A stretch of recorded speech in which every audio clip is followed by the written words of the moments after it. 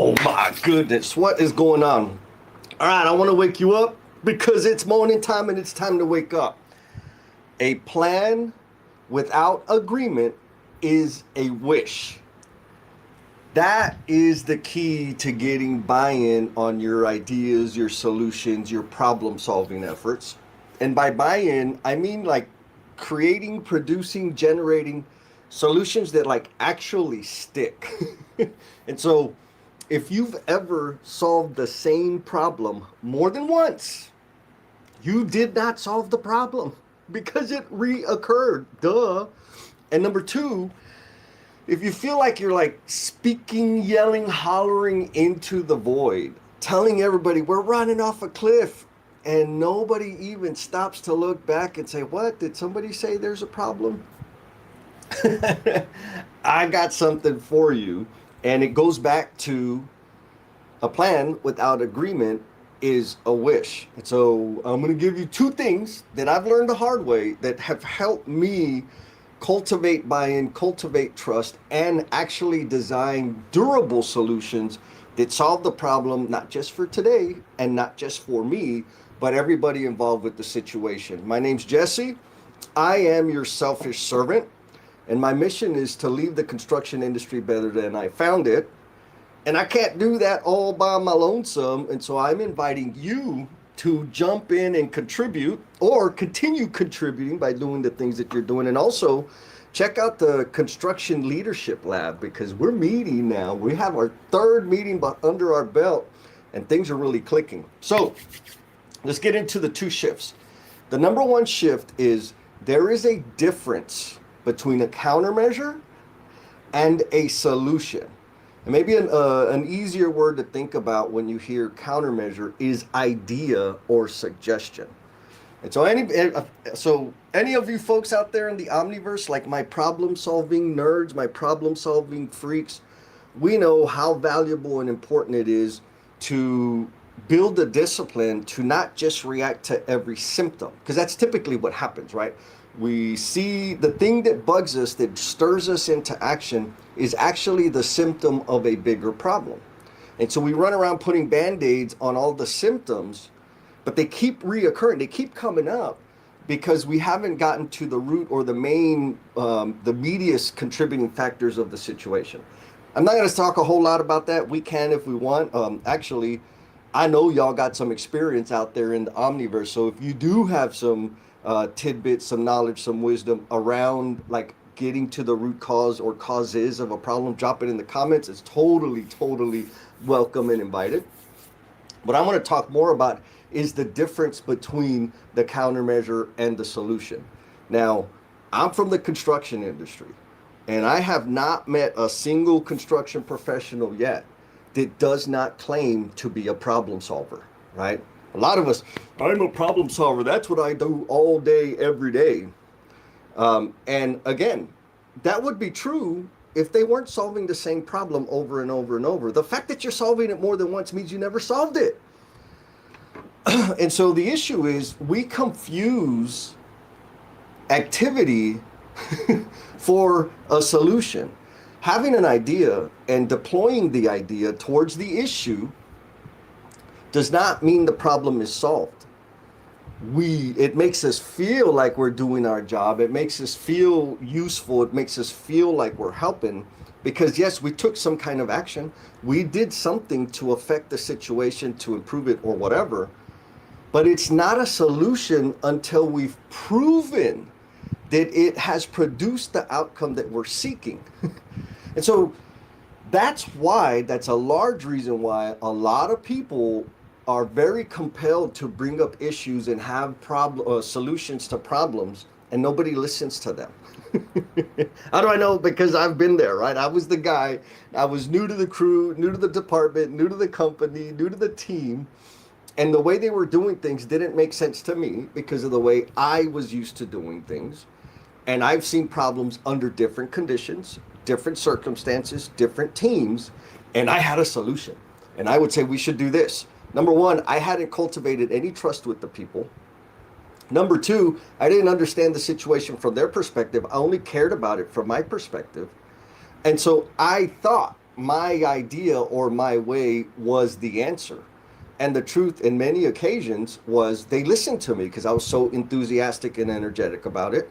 And also because they were kind of swimming in the muck of the status quo and they're like, oh yeah, that sounds like a good idea. But then guess what? It didn't make things better. And in a lot of situations, it made things harder and didn't solve the problem. I felt like I had won the day because I solved the problem, but I didn't. All I did was add more complexity to the situation. I felt like I accomplished something because I deployed something. But if it didn't improve the situation, guess what? It was just wasted effort and actually it was having a negative impact on the situation. And so my point in sharing all of that is maybe a little extra bonus tidbit here. When you're new to the company, new to the team, new to the group, first figure out how to do it the damn way that they're doing it, right? Like, and I don't care if your job is to come in and fix things.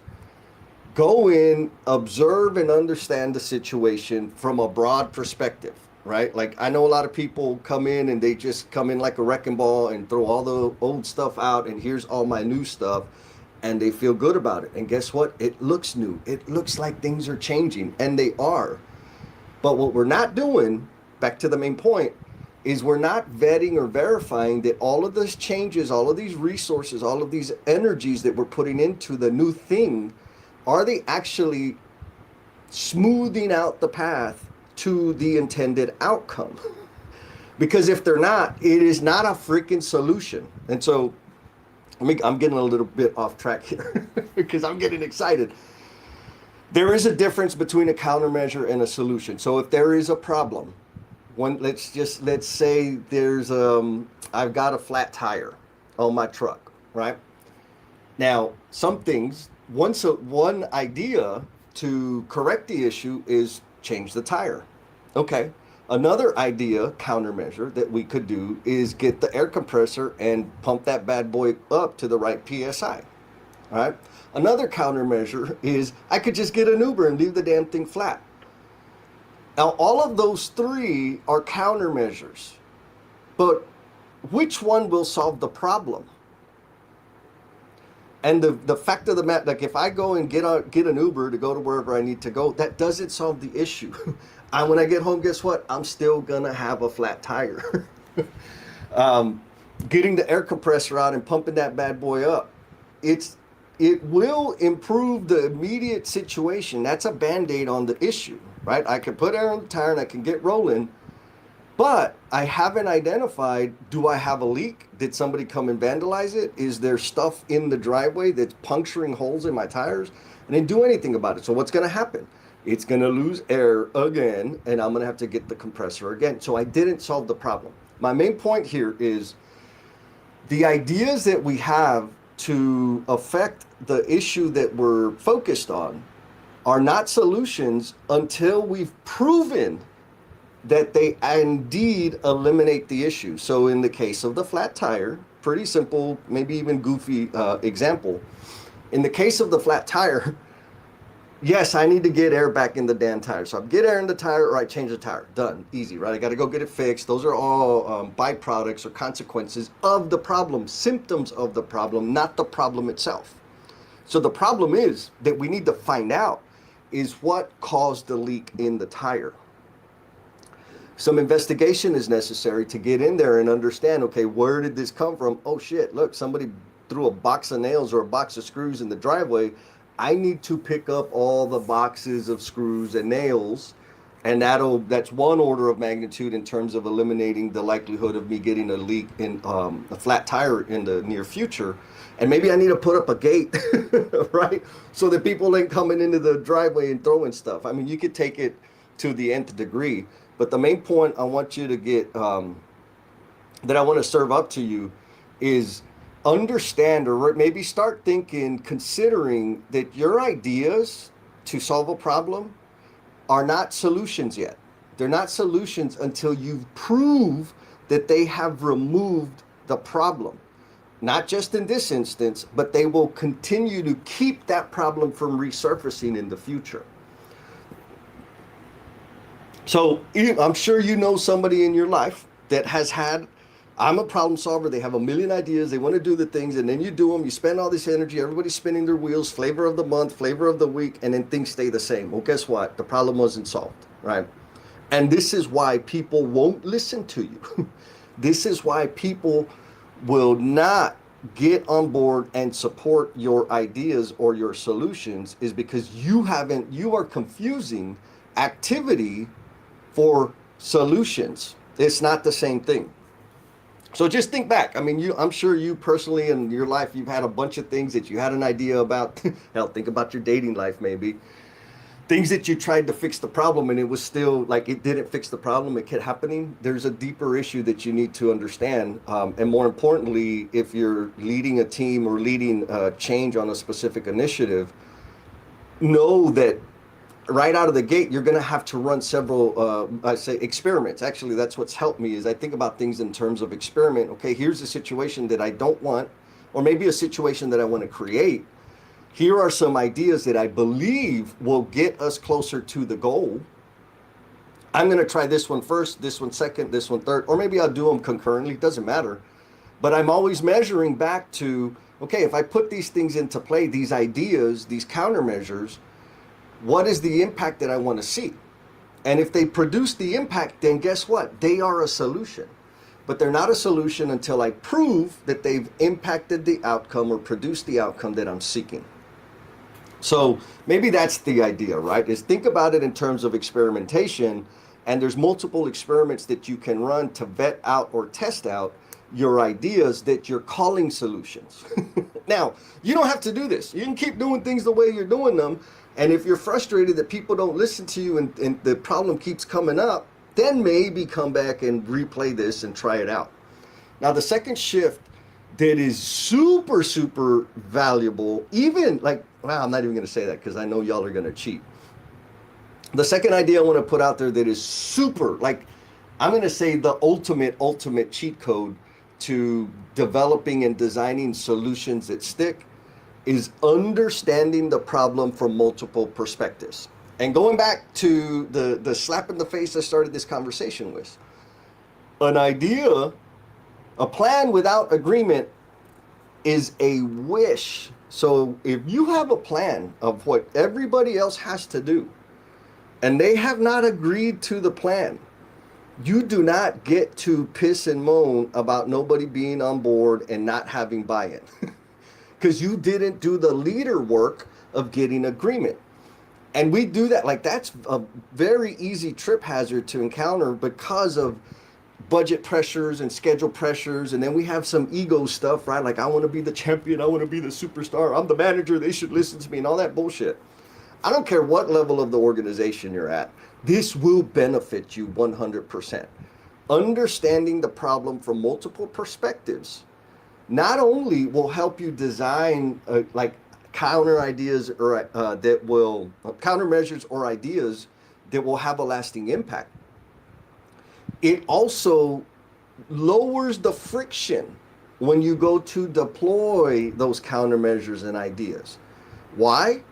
Because it is the leader work of getting input, getting feedback, understanding what's actually going on, but with everybody that is impacted to the problem or by the problem. You know, I used the flat tire example earlier. That's a me problem. That's not a lot of people involved. But if you're leading teams, you're leading people, foreman, superintendent, head of marketing, doesn't matter. HR, finance, IT, like you have to influence people. That's the game, right? That's where you make big swings and move the ball super, super fast. And so by understanding the problem from multiple perspectives, what I mean is if there's a situation like an objective, let's just say this, they gave you an objective to increase performance by 10%, right? This is a positive one. This is like oh my God, we got something, we're losing. This is like, hey, how do we win more, right? They gave you an objective. You need to improve performance by 10%. Performance on what? I don't know, fill in the blank. Okay, I have done this and I don't recommend it. Like, okay, then this is what we're going to do. This is what I need to do. And this is what everybody else is going to do. And then I send an email or I hold a huddle and get everybody together and give everybody marching orders. And then guess what happens? Wah, wah, nothing happens, right? Because I came up with this idea, the solution to get the 10% improvement in a silo, in a vacuum, in Jesse land, and didn't even take the time to understand how the changes were going to impact everybody involved. Now I'm going to get to the rest of this little story here, but first I want to give a shout out to my sister, Miss Gloria Marie. She said she was on IG and then switched to LinkedIn because I knew that's where you were looking. Oh yeah, so I'm like testing out live streaming on Instagram, but I'm not looking at the screen. It's kind of here off to the side. Y'all got to see the blue steel side of my face out there in IG land. So back to the point. Now, eventually, after I got my highlights, I started understanding like, oh, the reason people aren't like buying in and doing these things and trying these things is because I never did the leader work of understanding how the change was going to impact their work or to tap into their ideas. And so eventually I figured it out. I had some coaching. Bryant Sanders has dramatically, David Verbal, major, massive impact in the way I operate. And some of like the plan without agreement is a wish. I stole that from David. That's a Davidism all day. Anyways, and so understanding the problem from multiple perspectives means, hey team, we just got this order to improve performance by 10%. This is our current performance. Here are some of the things that I believe are the contributing factors that keep us at 0 and we want to get to 10. How far off base am I? Right? Like that's a pretty manufactured, calculated conversation. But what it does is it invites them, and even more if I do it one at a time, right? I could do the group discussion that feels more efficient, but man, if you really want to get the meat one at a time, one person at a time, one department at a time, one department head at a time, one individual at a time. I mean, the more granular you can get, especially at this phase, the more impactful your efforts are going to be. And so I'll go individual, like, okay, here's the objective, here's what we got to do, here's some things that I see that I think are keeping us from achieving that, or some things I think need to change so that we can achieve the 10% improvement. What are your thoughts? How do you think these things are going to impact your work and your team's work? And then they get to tell me everything they need to tell me. Now, one, I got meaningful intel, and then I do that with everybody else, right? Or as many people as is reasonable. I get super valuable intel, and I've started the ball of building buy-in because I demonstrated to them that I appreciate and value their insight. And that's a big deal. I'm not saying that I'm going to take every single suggestion and every single idea and put it into the plan. Like, they won't, I promise you. Some people might be a little sensitive, but the fact that I took the time to ask them to get the feedback, to get the information, to understand how it's going to impact them and kind of give them an overview of the purpose is a huge deposit in the emotional bank account. All right. So then now I understand, okay, this is what I thought. Oh my God. Because guess what? I have blind spots. I bet you do too. And so they're also filling my blind spots. Then I say, okay, I got all this information from everybody. This has informed what we're actually what I'm going to recommend in terms of what we should deploy or what we should try, the countermeasures, the ideas, because they're not solutions yet. We haven't proven that they'll work. We think they're a hypothesis. This is the list of countermeasures that we're going to try. What do you think? Right? And again, they get to say, ooh, and I promise you, man, every time I've done this, when I do that socialization part of here's where we are, we talked about this, you gave me input, here's the compilation or distillation of that input. What do you think? What do you suggest? What's the pace we should do? By the time we hit go, everybody's on board. And the extra credit, if you say, hey, and I had a few ideas that were kind of in this bucket over here that I think are valuable, but not in phase one. Phase one, we're going to focus on this. And if these things produce the result we want, then we're going to look at phase two. And these are the ones that, like, I'm not ignoring you. Your ideas didn't suck. They just require a lot more resources, and we want to go fast. So we'll come back to these after we see what kind of effect these ideas have. And so maybe I need to say it more plainly. The reason nobody backs up your solutions is one of two things. One, it's because all the damn solutions you've had in your life were not freaking solutions. They were just ideas and theories that produced a lot of freaking activity that didn't bring any value to anybody. It's very likely that's why nobody's listening to you. Number two, it's because you didn't take any time, put in any work to understand the problem from multiple perspectives. Right? If you start doing those two things, one is just a shift in thinking, the other is a shift in behavior. The shift in thinking is every stupid idea I have is not a solution until I've proven that it impacts the outcome. The shift in behavior is, let me go take some time, 15-minute conversations. I mean, it's not a big, giant, heavy lift, to understand the perspective of the problem from multiple perspectives.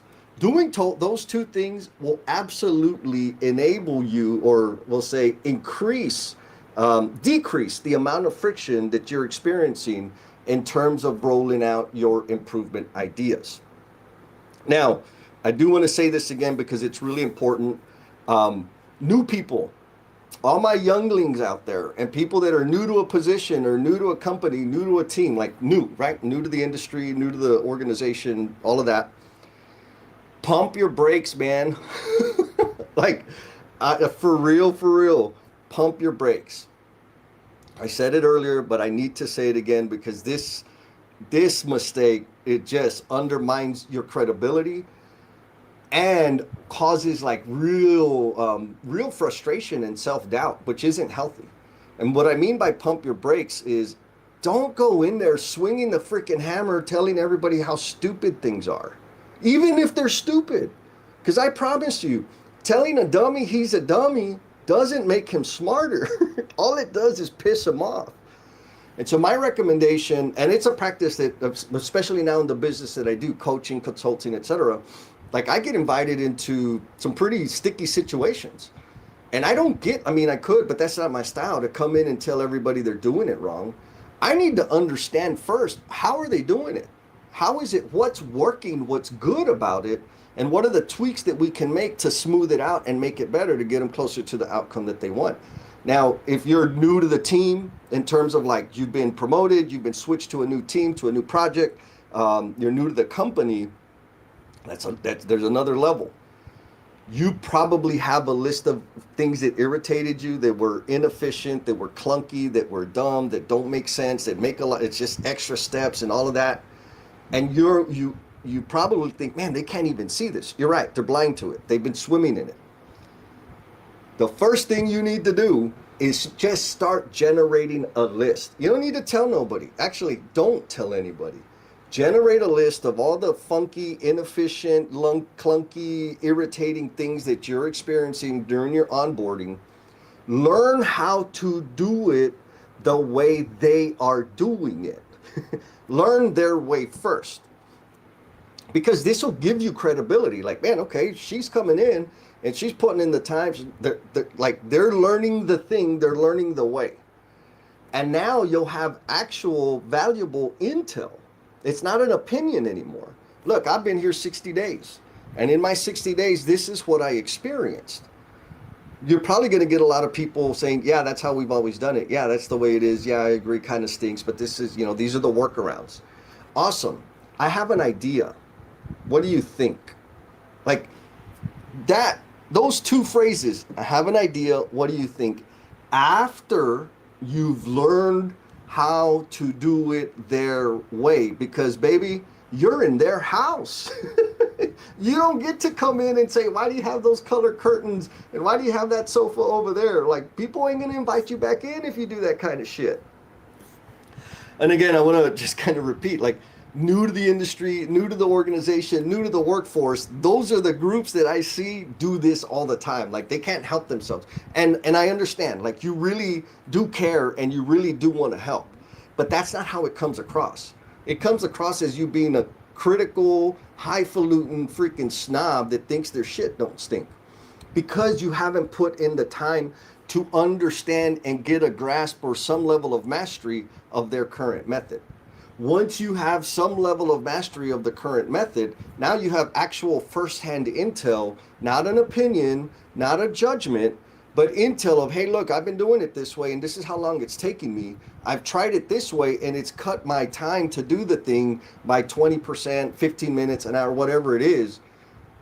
Do you think it's worth us as a group looking at this, right? Test it out, verify that your way is indeed better, right, than the current way, and then roll that. Like that's how you build trust. That's how you cultivate relationships and start deploying solutions in such a way that you're not screaming into the void and nobody's listening to you.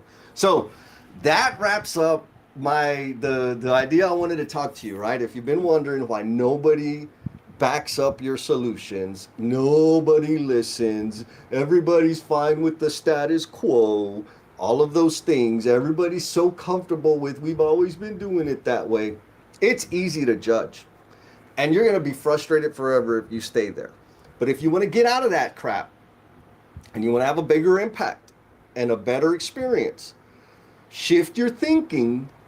Not every idea is a solution until you've proven it, until it has proven to produce the outcome you're seeking. It's a countermeasure until you prove that it works. Then it's a solution. The behavioral change is understand the problem from multiple perspectives. Does it have to be every single damn human being in the world that's been impacted by the thing? No. I mean, that would be good, but there's time constraints. Just pick your people, take some time to understand the situation from their perspective. Take some time to socialize your thinking and the initiative on a one-on-one basis, because that's how you cultivate trust, that's how you cultivate buy-in, and more importantly, you'll get way better ideas to build into your problem-solving efforts. So if you like these types of conversations, or if you're new in leadership, or you've been in leadership for a long time, and you're looking for a community to have like super awesome conversations, or say, man, I'm stuck on a thing, I need some help, and you can't really do that with your current circle because you don't trust them, I'm inviting you to the Construction Leadership Lab. We meet a couple times a month. We got a newsletter, all kinds of super awesome stuff. Most importantly, it's a freaking community of OG leaders that want to leave the construction industry better than they found it. You're invited. Drop community in the chat or find the link in the thing. And I'll see you again soon. Later. Peace. Uh-oh.